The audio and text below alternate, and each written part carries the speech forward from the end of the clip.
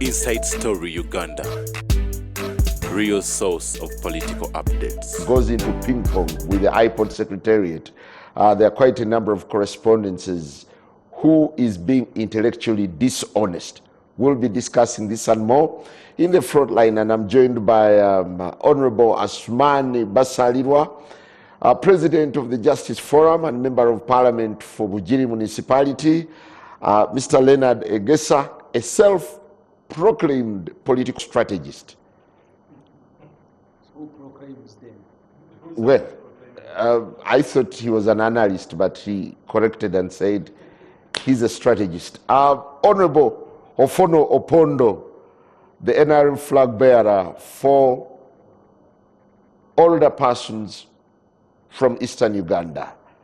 He's a frontliner, together with Honorable Semuju Ibrahim Nganda, Member of Parliament, Kira Municipality, and Chief of Party in the PFF. Good to have you all. Staff. Well, Chief of Staff.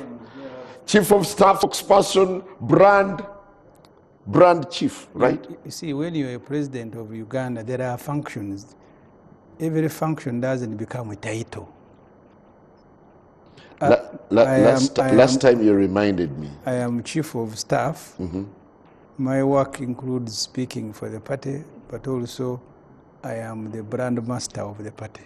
So those are just functions. Well, good to have you all. Honorable Basalirwa, lately you've been in the news. Of course, you suffered the wrath. You are among the casualties of the onslaught of the National Unity Platform. To what extent does do the remarks of Honorable Robert Kyagulanyi while in Bugiri shape or define the trajectory of his campaigns? Well,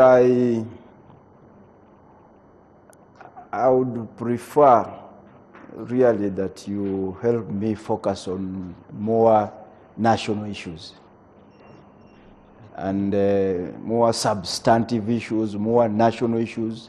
Okay, one of the key ingredients of what has shaped the campaigns 3 weeks down the road is the campaign of maligning people. For instance, you've been branded as a sellout who should not be voted back to Parliament.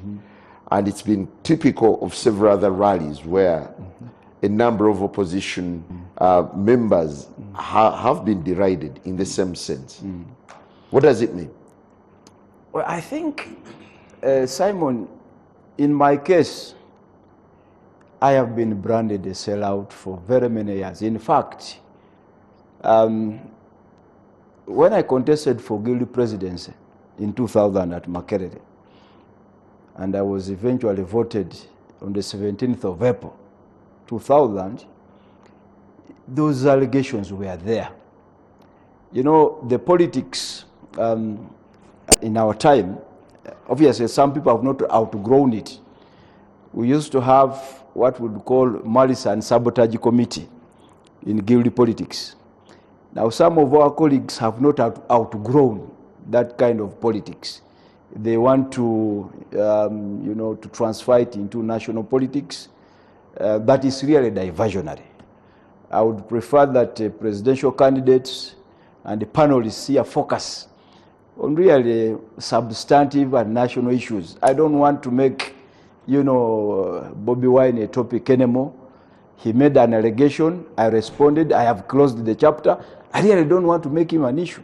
Okay. Because he has his own challenges. So I would prefer that, we let it pass. Don't, Haji Naduli would say, don't smallerize me to mean.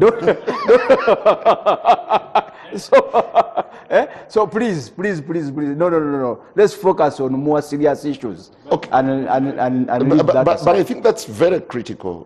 The tone, the messaging. Politics is a contact sport. You can't run away from that fact. Being a contact sport, there are hardy tackles here and there. Even President Museveni has deployed that tactic. Yeah, like he says, they attacked him, he hit back, and he put the matter to rest. So I think... could it be one of the defining key things in the 3 weeks of political campaigns? And what else are you seeing on the radar? Well, first of all, if I were a presidential candidate, and I will assure you I will be, as long as I'm alive, inshallah, I would really be focusing on issues in my manifesto, issues that affect the country. Individualizing politics or politicizing individuals, in my view, would be a very secondary and peripheral issue.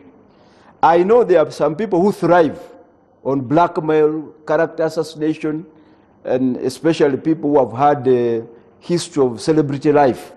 You know, they take pride in, you know, kuisa mwegali. It's synonymous with people who are coming from a certain orientation. Now, for us who have been structured and programmed and trained through political processes, you know, Simon, when I came to Parliament, Honorable Chanjo sat me down the late for about 3 hours. And he was telling me the do's and don'ts in Parliament. That's why, for example, you will not find me having loans in Parliament. You know, he was telling me, if you cannot do things in the 25 million, even if you got 100 million, you will not do. So we had an opportunity to go through orientation of some of the best legislators in this country. We have grown through some of the best politicians in this country. So that's why we are different. And because we are different, we are not easily understood.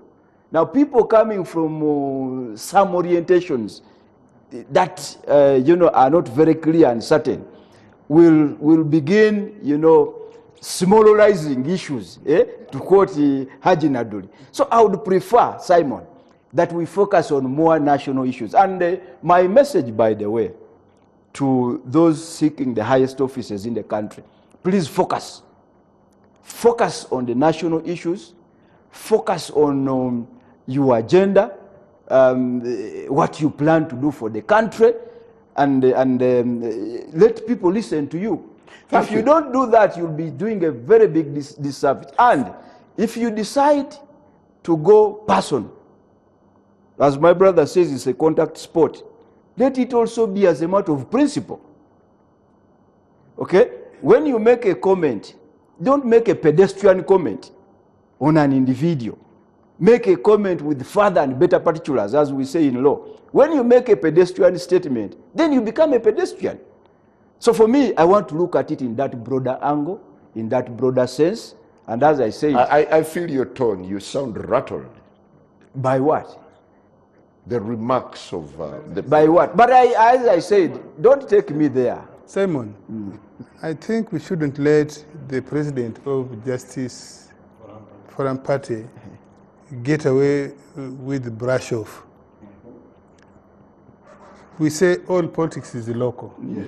There's that phrase. Yes. I guess you know what it means. Now, let us look at Basalirwa's own background, immediate background, to becoming an MP.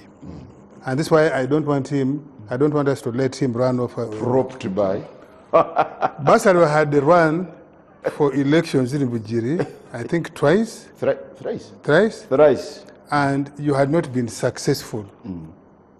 This person from some background, celebrity background, you went and hired him. That was a hired gun. So you hired a gun, it came and shot some birds for you, and you entered Parliament. I want to believe that you must have discussed his coming onto your campaign platform, certain expectations. None of us, at least I'm not privy to them, those expectations. I suspect that it is out of his frustration, disappointment, that probably you have not met those expectations. Coupled, there is a fallout. Yeah, coupled with probably how you walk these days and how you talk. They're saying he's now telling your voters who, in their view and in his own view, if he had not come onto your campaign, probably you wouldn't have succeeded. And so that's why he thinks, and he tells people publicly that you have been a letdown. You have used here the phrase a sellout. He thinks you are a letdown. So maybe, could you tell us what minimum agreement you had that he now concludes that you are a sellout? Didn't that agreement have a confidentiality clause? Well, if let him say so. Let him say so. But for him, just I don't agree with the person. I don't consider Kyagulanyi much. Even when he has people following him. But many of you believed that was something. And that's why you brought him to your side. You see, Simon, again at the risk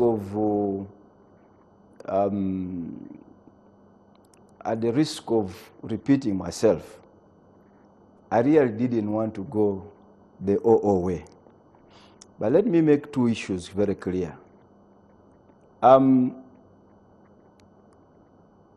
Bobby did not come to Bugiri out of the blue. Bobby came to Bugiri because I had been in Chadon. In fact, I was the only opposition political party leader who had openly gone to his campaigns in Chadon. The FDC political leader was not there. The UPC political leader was not there. The CP political leader was not there. The DP political leader was not there. It was Basalirwa. So I think that must be understood. That he came as a payback. It was not out of the blue. That's one. Number two, you know very well that I was not contesting in the Bugiri municipality before. I was contesting in Bukoli North constituency. So when this municipality was carved out, where, by the way, all those times that I was losing, in that particular municipality, I was always winning. So I would win in the municipality and lose in the rural areas because there's a lot of politics you do UNRM in those rural areas. So in that particular municipality, where you pass, by the way, you know that all the times I was contesting, I was winning it. Then I would lose in there. So when the opportunity came and the municipality was carved out, I said, this is now a God-given chance. My stronghold has now been made a constituency. And I had to go out about it. But three, I want you to be very honest, and Ibra is there. You cannot count 10 best performing MPs in parliament and you leave Basalirwa out. You cannot. In fact, for the record in this... Yeah, but in his judgment... No, let me make my point. That's why I said, even if you are to engage in personal, attacks, they must be objective and principled. And I will come to that. So, in this 11th parliament, there is no member of parliament. There is no member of parliament who has brought more private members' bills Basalirwa. Is not there. So even if you are looking at legislative quality, you cannot wish away Basalirwa. So if you are telling people vote him out, okay? Maybe it's not after legislative quality. Yeah, but that's what your contribution to the cause. It could be similar to Bashir Kaziwe. Maybe you agreed to give him money. And you did not. And this was the story I hear about Bashir Kaziwe. No, there was no agreement. And many people, even in Inup, he's kicking them out. Even what, from the ordinary eye, we see as good legislators. No, he's also kicking out to rebel MPs, just like your boss kicked out I'm talking about good legislators, the part Abbasar is talking about. The question is leadership. Pardon? Yes. Yeah. So maybe he's not after his priority area. Is not part of legislation that you are shaping. That's why I said, when you make an accusation, make further and better particulars, so that we are in position to respond to you. When you don't do that, you do a disservice to the country. You never met his expectations. What were they? Do you know them? Do you know them? Because a member of parliament, how have you known Basalirwa? I have been a legal activist. One of my clients is there, Ibra here. All the times Ibra has been arrested, it is me who goes to court. I have not stopped. People I have been representing. That parliament, you see, I have a sizable number of MPs where I offer personal legal services. Honorable Basalirwa, I'll certainly get back to you. Leonard, what's your evaluation of the 3 weeks of the presidential campaigns? Dumb question. I don't know why you are It's quite fundamental. It's one of the ingredients. Maybe he's not interested in my answer. But before we go into that, but anyway, it is also part of what has been in the 3 weeks of the presidential campaign. Number one, politics is a contact sport. And in a contact sport, you do not choose the style that your opponent uses. So, for example, Honorable Basalirwa cannot decide how he gets attacked. That is a prerogative of the other side. So you don't choose the strategy that the other team uses. The team uses a strategy that it considers to be effective. Yeah. The other thing is, OO says that maybe the NUP presidential candidate is not interested in the quality of legislators that he used to ally with in the previous election. That could also be true. Like I said here, monkey see, monkey do. He's been groomed by the politics of NRM. President Museveni appeared in Jinja, what is now Jinja Southeast Division, that constituency which is being represented by Honorable Nathan Igeme Nabeta.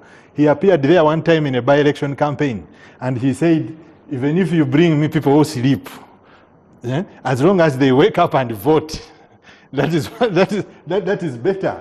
Yeah. So at the end of the day, the NUP, like any other party, they are in this thing first for numbers. You are a presidential candidate, but you also want to get numbers in parliament. Number two, there is a bit of discipline. Yeah. So you cannot say that NRM can kick out rebel MPs, but NUP cannot kick out rebel MPs. Now the definition of rebel can vary from party to party.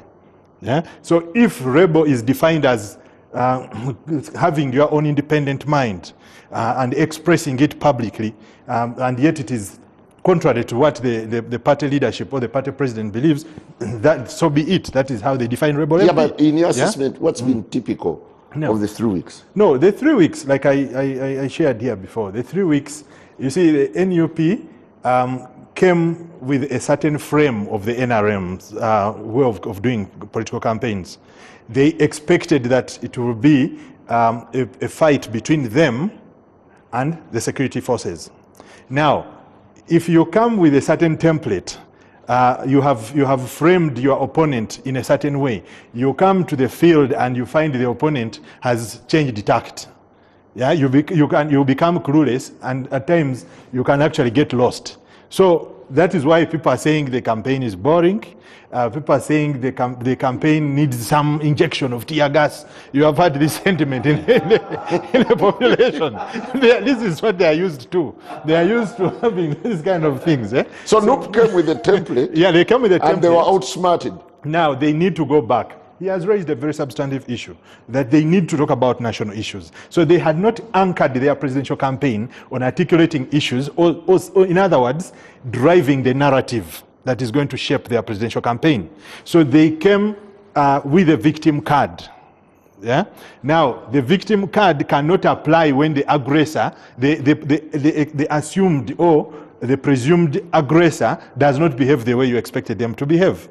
Yeah. So the moment that the aggressor pulls the sting out of the game, then you are lost. So they need to go back, have a proper strategy, craft their own narrative.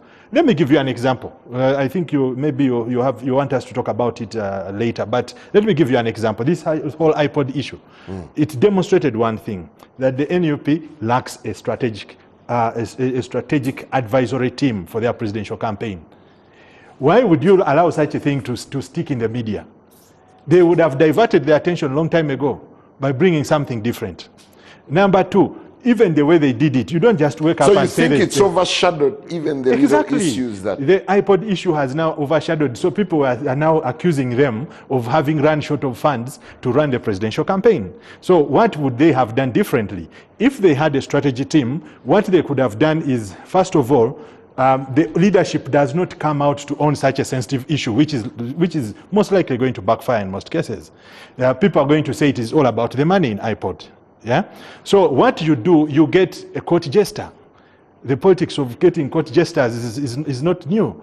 Even President Museveni has used it countless times. When he says he wants to change age limit, he does not start the conversation, or he does not tell his Secretary General to write to the party whip in Parliament. No. What he does, he gets one person who behaves like a jester. A mudingidi in Uganda, that's what they call it, the mudingidi. So a person goes and kneels down and starts saying, no, this man must die in power. This man should be here.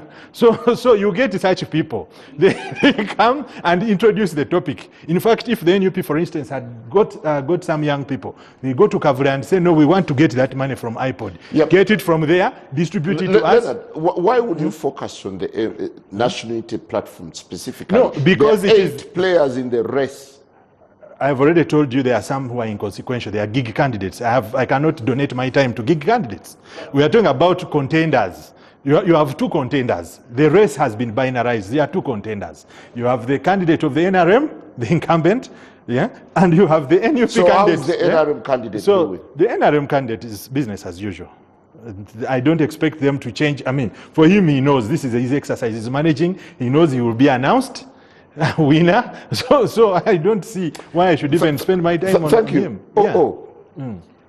In your analysis, what have been the highs, lows, and surprises in the 3 weeks? Well, remember that 3 weeks ago, presidential candidates through their agents in a meeting convened by the Electoral Commission harmonized their programs. Right.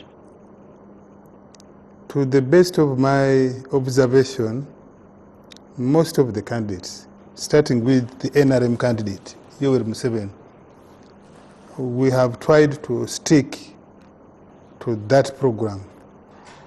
So far, there is no single public meeting, you call them campaign rallies, that we have missed on account of failing to meet our timeline.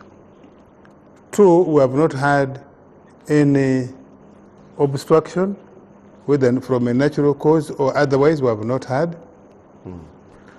We had done meticulous planning and said our campaign this time round is going to be anchored on the party structure, the secretariat, the district, the sub-counties, the parishes, and the village committees. Previously, you remember we used to announce something we call the National Task Force in Kampala. This time we don't have it. That, in my view, so far... Which team is Chigongo leading? Chigongo is the national vice chairperson. He doesn't lead any team at all. I thought he's head of the campaign. No. The heads of the campaigns are done by the districts, district committees of NRM. The district committees of NRM will have what we call the mainstream. And then we have 8 leagues: veterans, historicals, workers, women, youth, PWD, elders. Those are the ones that do the mobilization. So far in our assessment, our meetings, our public meetings, the presidential public meetings, have been well attended. Well attended by the local NRM supporters and members of the public who are curious to hear what is this candidate coming to tell us this time round.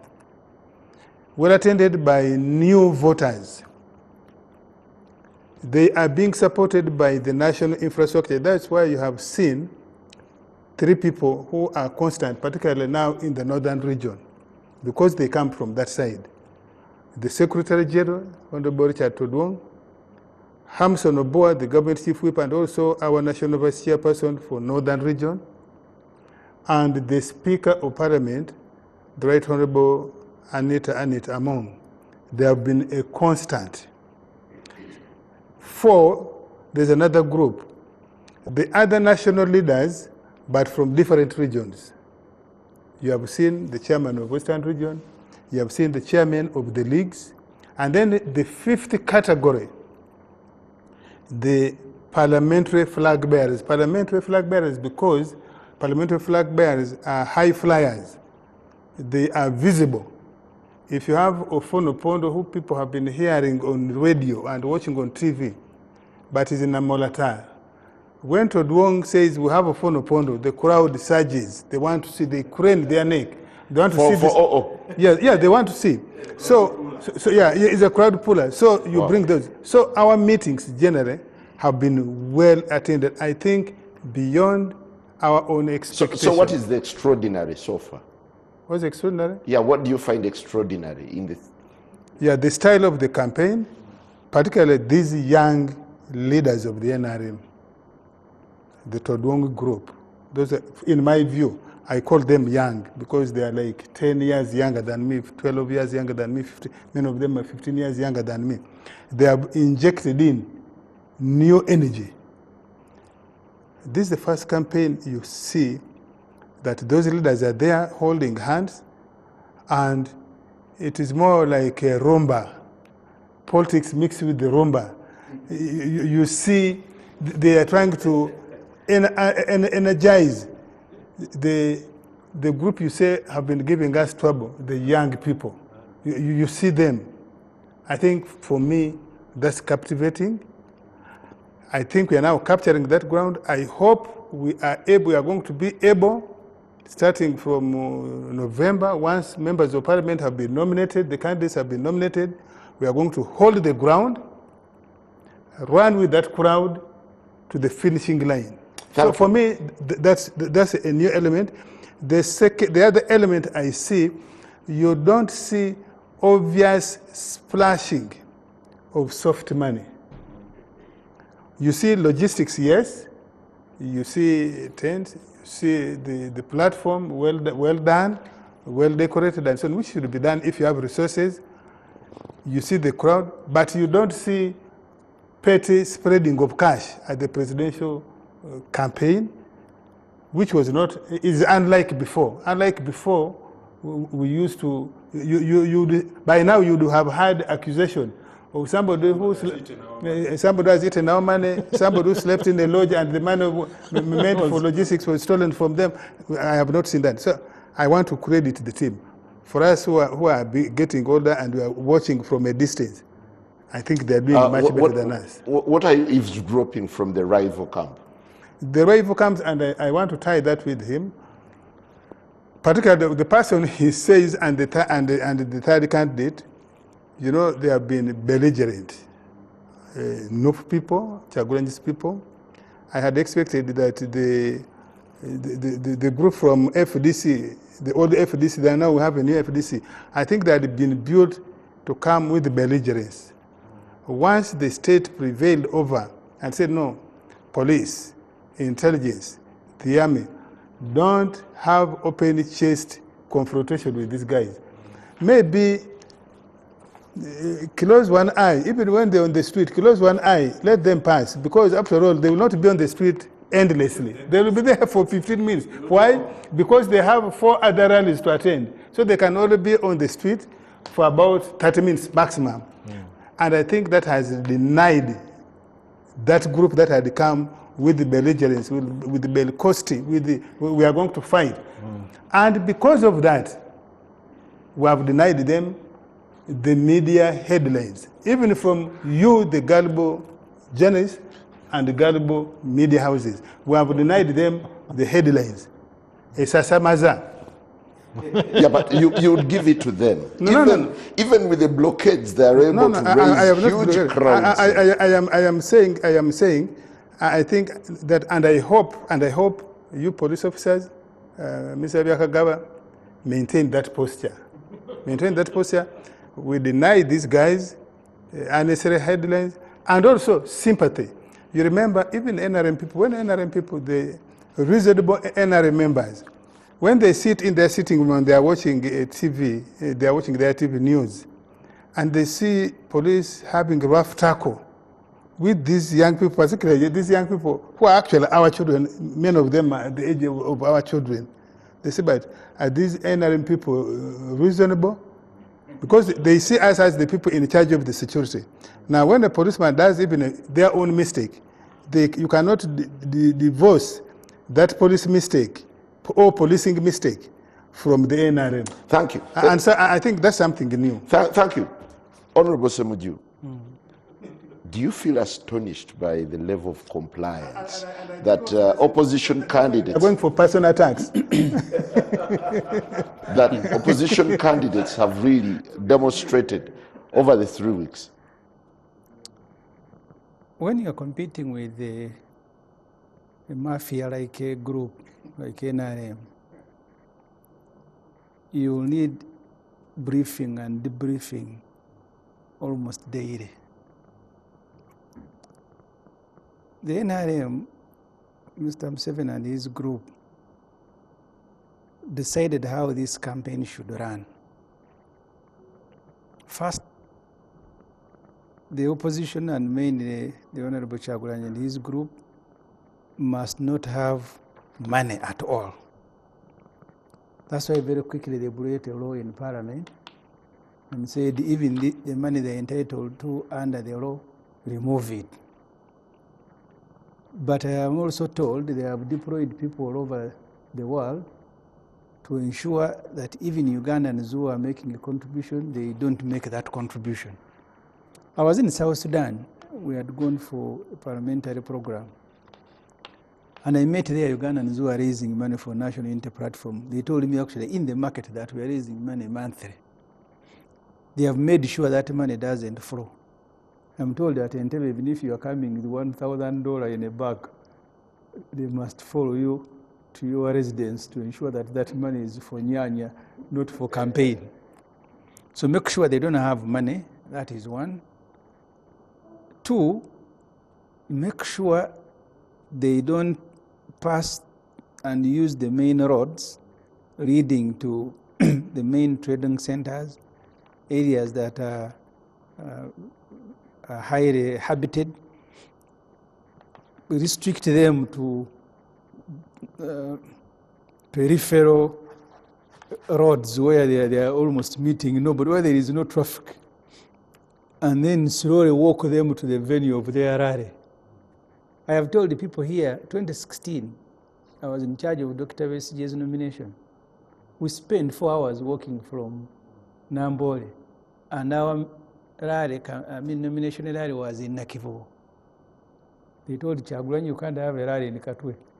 They took him far away in Natete, not even Natete itself, away from Natete, and they are leading you there. But also remember, I don't want to forget that Museveni had just concluded his first phase of the campaign under PDM. He had reached everything. So Museveni and his group sat down, crafted the sort of campaign, and I want the risk of repeating myself, because Museveni now officially is 81 years old. There is things that an 80-year-old man cannot do. I am told the reason he even repeats his own speeches, he moves with the screens, 2 of them huge. At some rallies, they first play a speech of the previous day, and then he makes few remarks. What Ofonopono thinks is a tactic, it is being conditioned by the biological inadequacies. You can't have an 80. In Africa, it is common.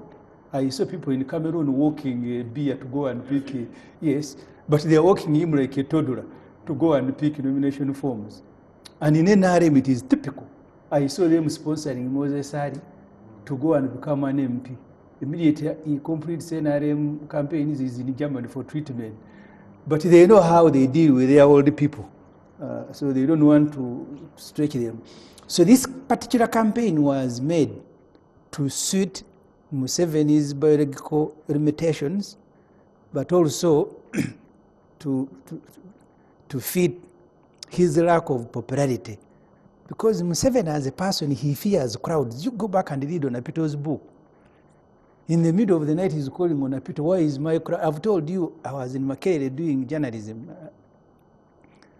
And Museveni took journalists to a press conference to say he had a bigger nomination crowd than Semoge. Even came with a footy ruler.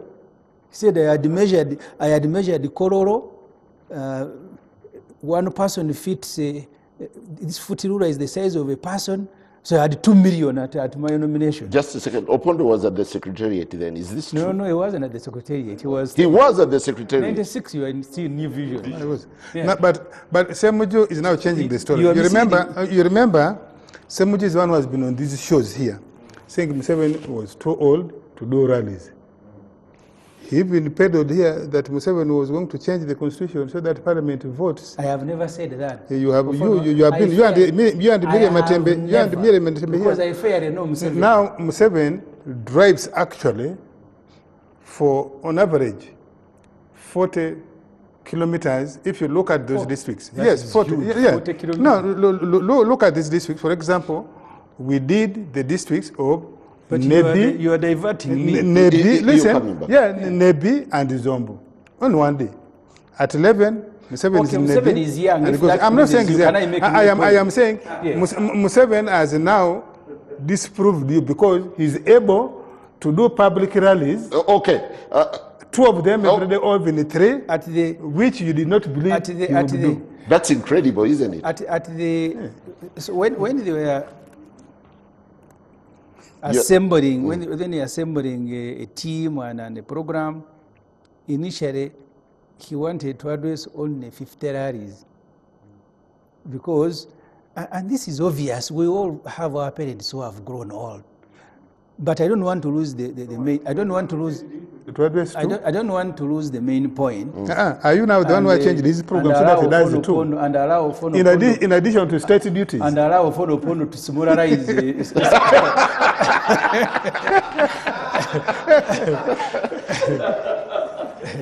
because the issues of Opondo must be answering is not answering. It's now smallizing very serious issues that you are competing with a person, but you are leading him to the bushes. I saw Kyagulanyi in Kaseke, I mean in Kasana, for 2 hours pushing a vehicle which was stuck. But the main road, as I said, was there with no traffic. So that is the tactic that they agreed. Make sure they don't approach the main trading centers using the main road. And they complied. That's why I said at the beginning that when you're competing against Museveni, you need briefing and debriefing. Why? If you don't comply, you may do 10% of the districts. And you can give them credit because you need to make a choice. They have said you will pass here, they have deployed, they met police, they met ESO, they gave them instructions. Make sure they don't do this. And you know, in Africa, even to campaign against these African dictators, it itself looks like a favor. In Tanzania, the competitor is in jail, his party is banned. So, and I was in Dar es Salaam recently. The only posters that are in Dar es Salaam are for Samia. So if you want to compete, because there is a value that you will extract by participation. I am not one of those who believe in boycotting, because that's the only option available. Either, if you want to campaign, you must know the traps they are laying for you. If you fall in those traps, and that's why you saw day 1, I mean, I think day 3 of the campaign, police has a press conference. Here, Kyagulanyi, his vehicle was about to knock a pedestrian. Here, the vehicle, his camera was about to knock a cow. And I said police, and that's how you're policing campaigns, because campaign is supposed to be a very exciting event. I have told the people here, Nambole is my neighbor. I stay not far from Nambole. When people are going to watch football, you will see the excitement on the road. But you cannot say a big exercise like a presidential campaign. You must make sure there is no excitement, because that's a tactic. So Opondo thinks he wants to blame the victim. As we take a break, So journalistically speaking, where Yes. is the headline so far in the 3 weeks? it also depends, because when I was deploying journalists at the Observer, where I once worked as a political editor, we made a plan and we said, you see, at every rally, pick the issues that presidential candidates are outlining, and then make sure that you interview the people to establish if they have understood. Because it's not that they don't say these things, but it depends, because some journalists will go. One time we sent a journalist to go and cover an event. He came back and said the minister was not there. I was still working at Monde. And I told him, guy, if the function has failed because of him, for me that's the story, bring it. You cannot tell me that the minister was not there, therefore you don't have a story. It depends on the knowledge and experience of the journalist. Because presidential campaigns are not just about the speeches. They are also about these restrictions. Go and profile them, the compliance with the law. In 2006, the Museveni campaign chased our journalists. That time, as I said, I was working at Observer. At the left, I was at Observer. And we had instructed them to look at the compliance, who is complying with the law. In Nirira, where we had Taire Idweg, who was an MP, he had now become a DPC. So he stopped USJ Zerare at 6, that is past time. And Museveni came 2 days later and addressed Zerare up to around 8. So Benon Oluka was journalist asked Taire Odwege, but he stopped Zerare the other day. So when Museveni came, they dropped Oluka in Nakasongo and chased him. So when you see these ones, this often opponent here chasing the media, they even want a blackout. They have chased some media houses, they are not covering Museveni. They want publicity, but they would rather there is no publicity at all. The Museveni, I know who sends an helicopter to pick newspapers in Kampala every day. I beg we continue on that very note. We'll take a very short break as we continue analyzing 3 weeks down the road